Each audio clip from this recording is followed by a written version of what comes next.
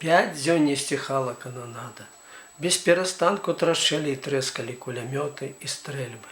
То быццам заціхалі, то зноў набіраліся заядласці. Памаўчаўшы, бухалі пушкі, і чарада глухога дужага гулу хавала ў сабе тое трэсканне. Быў 5-й вечар.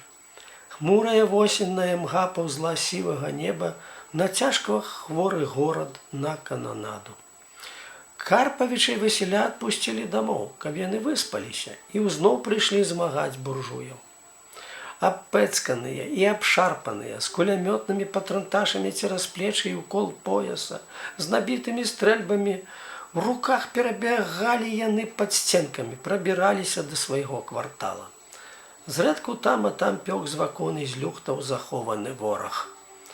«Не здаюцца, каб іх удушыла», – марматаў Карпавіч аб белагвардзейцах. «Кажуць, нам ужо помач ідзе з Петраграду», – весяліў надзеі сябе і старога Васіль.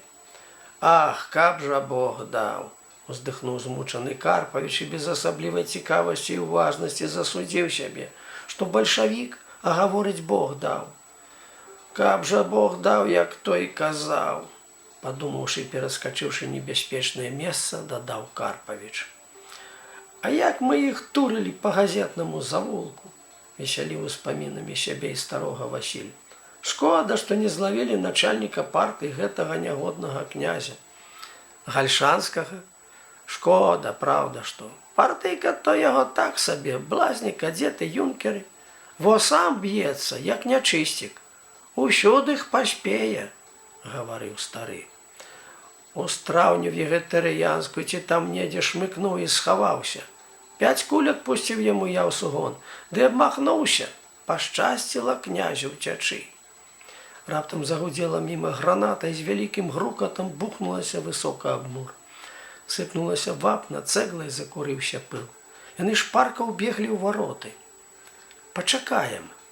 «Трэба». «Ах, не ведаю, як маецца матка», – сказаў Васіль.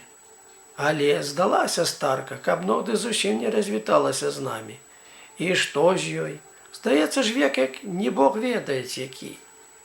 Каб толькі, кажа, яшчэ хоць раз на паніча і гналі казірнуць. З галавы ёй нешта не выходзіць гэны паніч.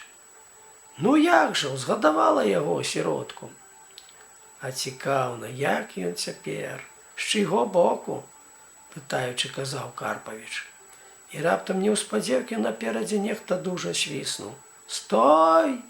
– сунуўся груд людзей. Група ўсякіх мясцовых паноў, з'ёжаных і падняўшых каўняры, нейкіх яшчэ шабадраных жулікаў і 2-3 чалавек у шынялях, абкружаная ўзброенымі чырвонагвардзейцамі, рушыла ўгору па вуліцы. «Свае, свае!»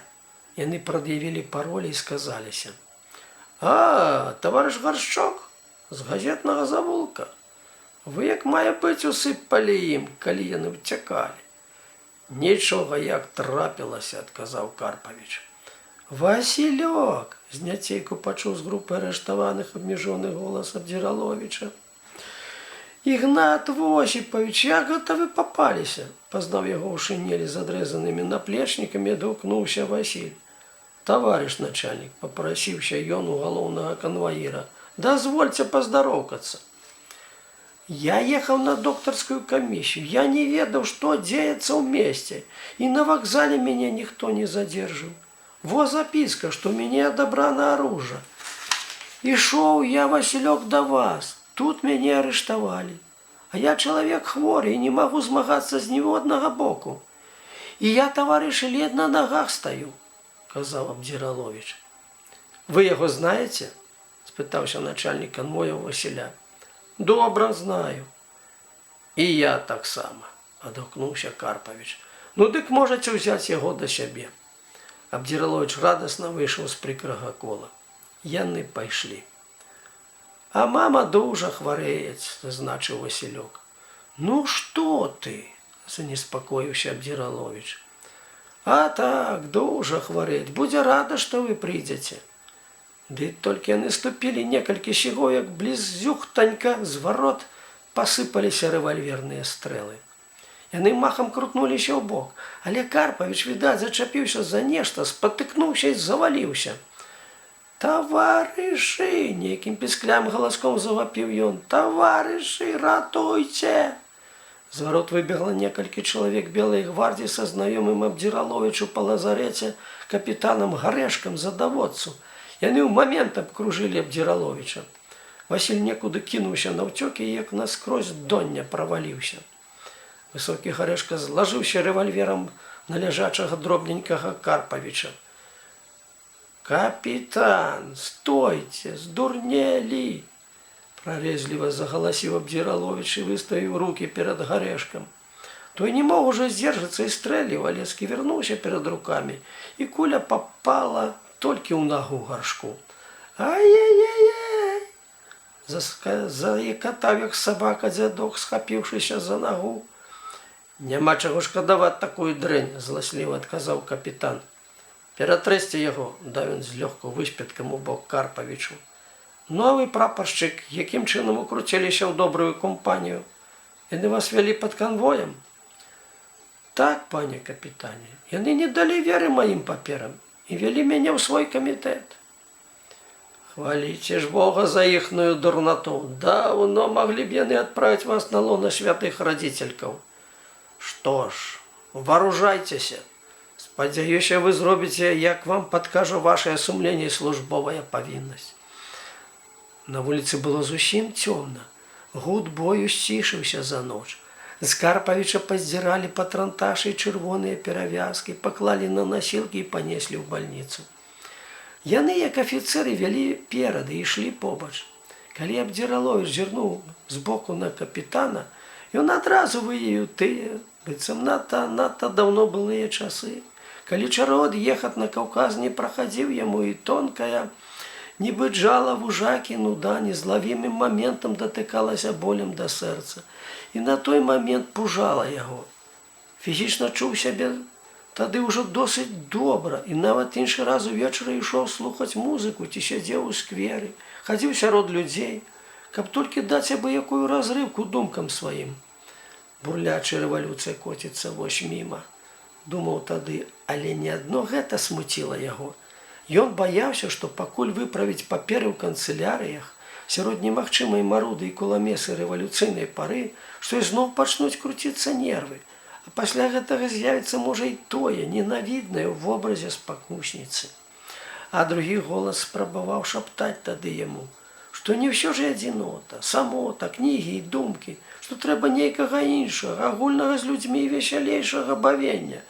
І 3 дні бадзяўся прапаршчык па камітэтах, саюзах і пунктах, пакуль дастаў усе патрэбныя дакументы і тым клопатам здушыў крыху вужачае джала.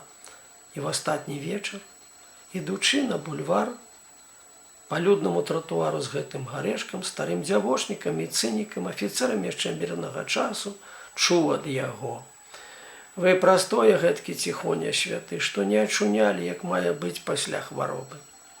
Так казаў Гарэшка, па-конску рагочучы, і дадаваў: «А я, пане браце, люблю зірнуць у прыгожыя вочкі». «Мне таксама люба бачыць прыгаство», – адказваў Абдзіраловіч. «Калі нам хочацца смакаваць хараство в абробленым па-мастацку камені ці на палатне, дык чаму ж не палюбавацца на жывое? Быццам Богам створанае хараство». «Дзіўны чалавек». «Даль Бог! Дзіўны вы чалавек», – зарагатаў капітан, хоць і няўважна зусім слухаў, а можа і не чуў, што казаў прапаршчык. «Дзіўны вы чалавек, ведаеце, сучасны монах ці хітры мудрагель, притварака, который мае любасць у самаашуканстве. Разумееце вы, пане мой? А я, стары грахавод, люблю зірнуць у прыгожыя вочкі. Разумееце вы, прапар?» Яшчэ раз паглядзеў Абдзіраловіч збоку на сівеючы каля вуха, на чырвонай спечанай скурачцы валасы капітана і здзівіўся ад успамінаў сваіх і падзівіў спакою свайму.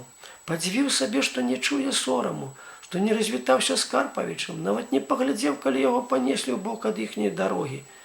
Нерваў быццам не было. А капітан распытываўся вёў, як жылося на Каўказе, як прапаршчык апынуўся тут. «Наш начальник атрада, – казаў ён, – таксама толькі што з Каўказа і трапіў проста ў гэтую кашу. Ён гвардзеец, князь. Гальшанскі, можа, чулі калі? Баявы, ведаеце, ух, працуе. У палон чырвоных не бярэць, а хто і перадасца яму, не ўцешыцца. Да сценкі.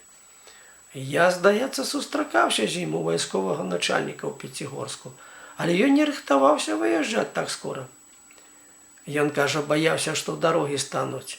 У яго тут справы ў штабу. Абдзіралоўчы змаляў ціхім, аслабленым голасам.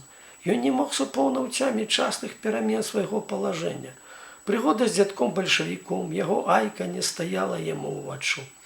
«Пане капітане, я павінен вас пакінуць на нейкі час і залучыць тут у адну знаёмую сям'ю. Завтра ўрані яўлюся», – папрасіўся ён. Грэшка задумаўся і пацёр сваю рэдзенькую сівізну ля вуха. «А ну, можаце пайсці, ды пільнуйцеся галубок сценкі і плота. Смеху будзе варта, калі згінеце за неасцярожнасць». «Зі-зі!» – зняцейку зазвенела міма вуха. Людзі штурхнулі ва ўсе бакі і прыгнуліся. «Во, бачыце?» – крыкнуў яму капітан удагон. «І чорт яго ведае, адкуль і хто, свой ці чужы». Абдзіраловіч аддаў чэсць і трушком пабег за рог дома, спадзяваўся знайсці Васіля ці прабрацца на вакзал. «Так, свой ці чужы», – падумаў ён з нейкім сорамам ці каяннем.